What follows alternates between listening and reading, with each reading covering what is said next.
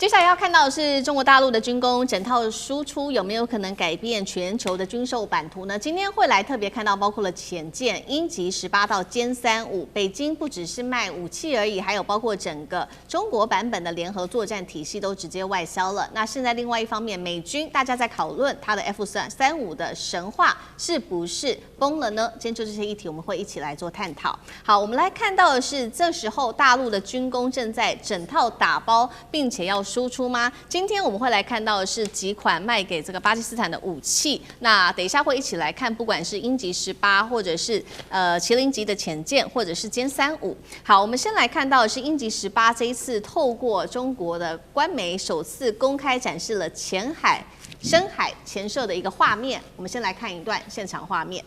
好，我們可以看到，透過畫面呢，導彈命中了這個靶艦後，是直接撕開了一道橫向大約是15公尺的裂口，爆炸威力幾乎可以摧毀整個後部的艦橋。那麼畫面播出來之後，其實讓外界感到非常的震撼。我們稍微來了解一下這個鷹擊18，其實呢，它是中國大陸在遏制的反艦的導彈基礎上自行研仿升級的武器，並且我們看到它具備高亞音速的巡航跟末端超音速的突防模式，巡航的時候最高是達到0.9馬赫，那麼末端可以達到3馬赫的衝刺，因此會讓攔截度暴增哦。火力的配置現在說會直接的輸出給巴基斯坦來做使用。那麼鷹擊18其實也會用在麒麟級的潛艦上面。我們特別來看到是中國大陸接下來會交付一共是8艘的這個麒麟級的潛艦，前面4艘會中國建造，後4艘會技術轉移給巴方自己來做生產，來提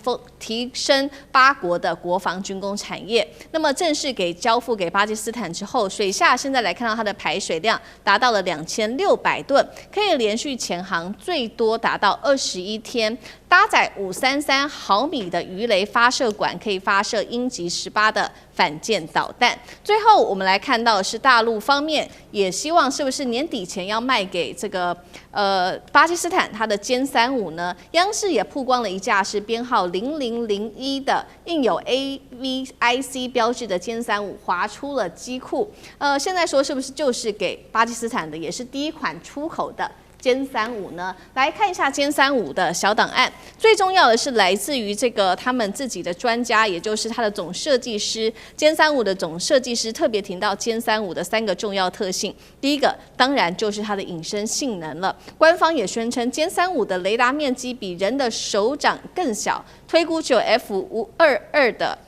的它的1/25而已。再來，它是高度的資訊化整合的，具有彈射、滑躍、雙模式的起飛的功能。所以節目一開始也特別來請教賴老師怎麼看剛剛看到的鷹擊18到潛艦，再到殲35一次打包賣給巴基斯坦，來看一下它的戰力如何，又如何可以來改變在南亞這邊的軍力平衡？它影響會很大啊，因為原本印度它的基本的戰力啊，它採購的是像例如說包括跟法國、跟美國等啊，還有英國的地面部隊，它原本的戰力，印度人認為它是比較強的，所以他對於巴基斯坦的態度基本上都是不友善，甚至不禮貌。但是從去年的空戰啊，這個印度完敗。不是完勝哦，對，印度慘敗啊，完敗的情形下，我們看到印度的氣焰突然間消了，這個時候巴基斯坦的自信往上升了。那最主要的就是用中國的殲10C這樣的一個戰機，現在更傳出說鷹擊18這個導彈基本上來說，它是有3種發射的載具，你可以用轟6K 從空對艦的一種打擊，你也可以用水面戰艦。那你也可以用這個潛射，這次它證明的就是用潛射的發射載具，它的作戰半徑比較遠，它可以到600公里而且它的彈頭我們叫做作戰室它的彈頭到300公斤左右，所以它本身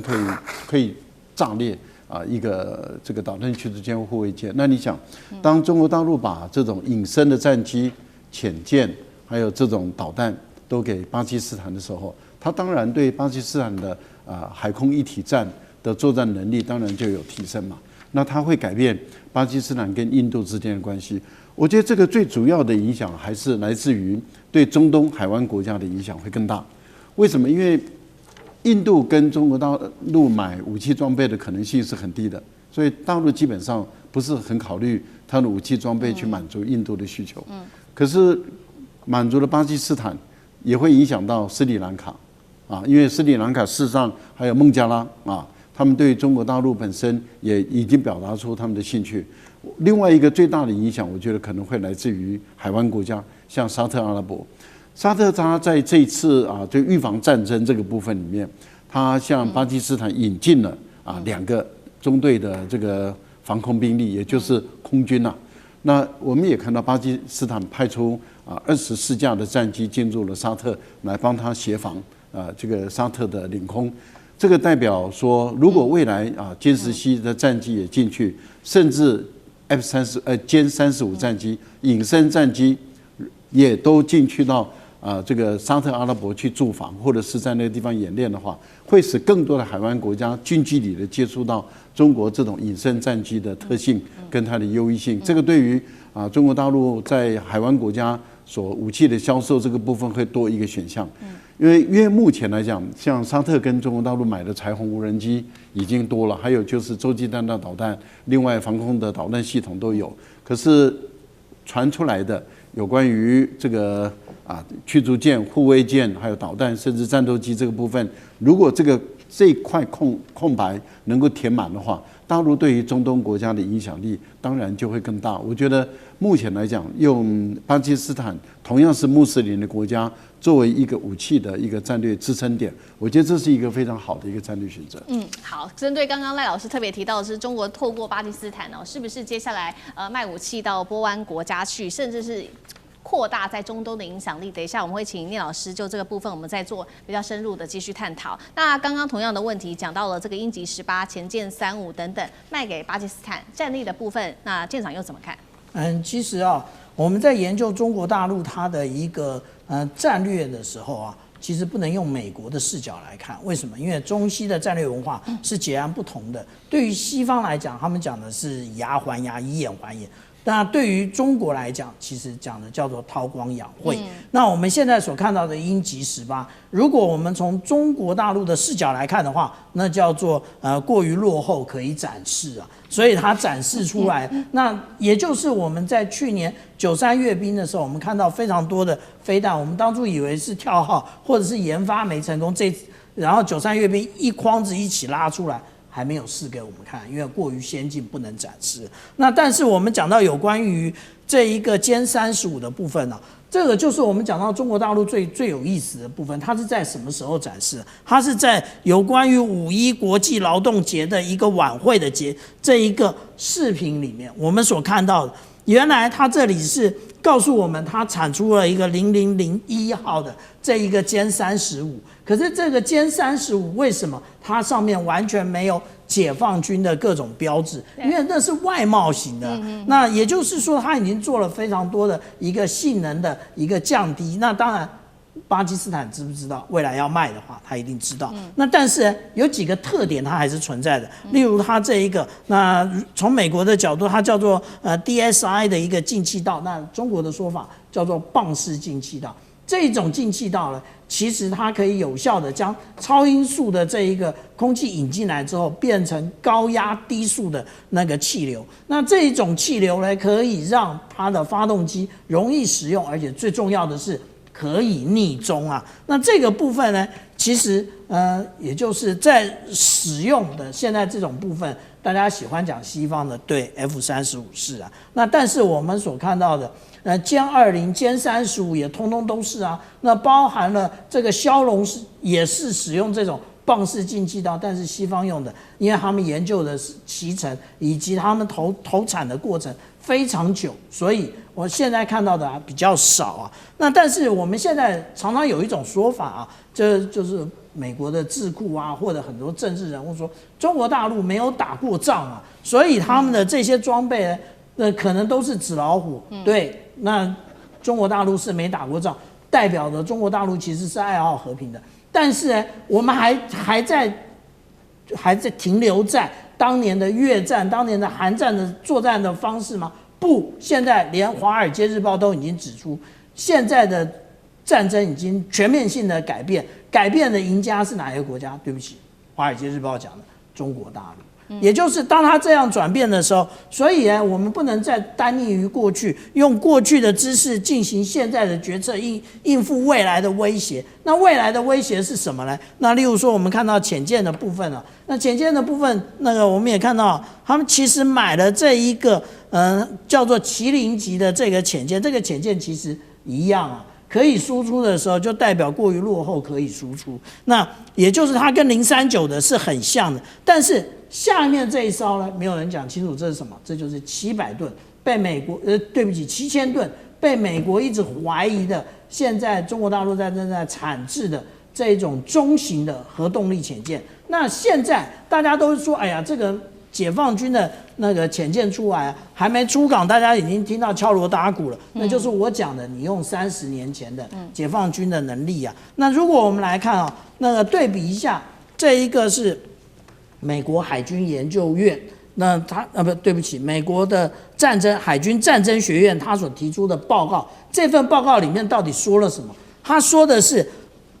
解放軍的潛艦現在它的噪音程度不斷的下降。也就是它已經不是像當年的漢級的那一種敲鑼打鼓的那種潛艦。為什麼？因為當年啊，解放軍引進了 Kilo 級潛艦。Kilo 級潛艦在於北約叫做什麼？叫做深海黑洞。深海黑洞叫做什麼？最高等級聽不見。那聽不見它的聲音的時候，你更不知道它的存在。為什麼聽不見？因為它所有的裝備會發出音響的，無論是發電機啊，無論是它的那個各種機件，它都使用這種氣電的氣閥來減緩它的聲音。甚至呢，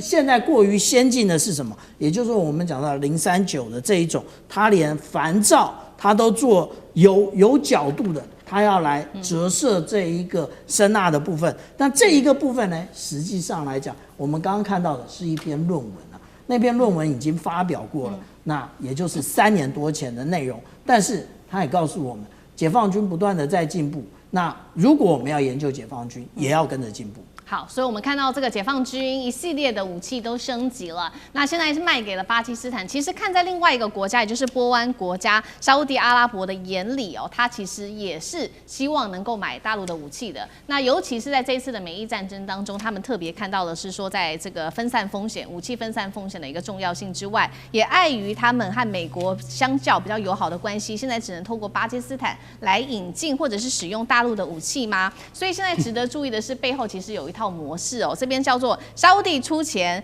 巴基斯坦出人，那中國出裝備，所以市場盛傳最新消息，沙烏地阿拉伯可能提供高達120億美元來協助巴基斯坦購買大陸的高端武器。這代表說沙國想要降低對美國武器的依賴，那巴基斯坦當然了，他就是拿了這筆錢，也可以提升買大陸更好的武器。那中國則是可以把它的影響力帶進波灣地區，而不只是在南亞而已。另外一頭比較糗的事情是，美國的 F-35，現在西班牙開始改變他們的想法了，傳說不只對 F-35的態度保留，而且也將目光轉向了土耳其自研的可汗戰機。這幾件事情，聶老師怎麼看？對，的確有這樣的模式。我們現在講，您剛剛講到這個沙特出錢啊，巴出人，中國啊出裝備，但這一套這個系統，這一套模式已經可能不是只是沙特，而是整個海灣國家的趨勢，甚至還不是海灣國家，而是整個包括甚至你剛剛講西班牙，甚至一些其他的歐洲國家，你信不信？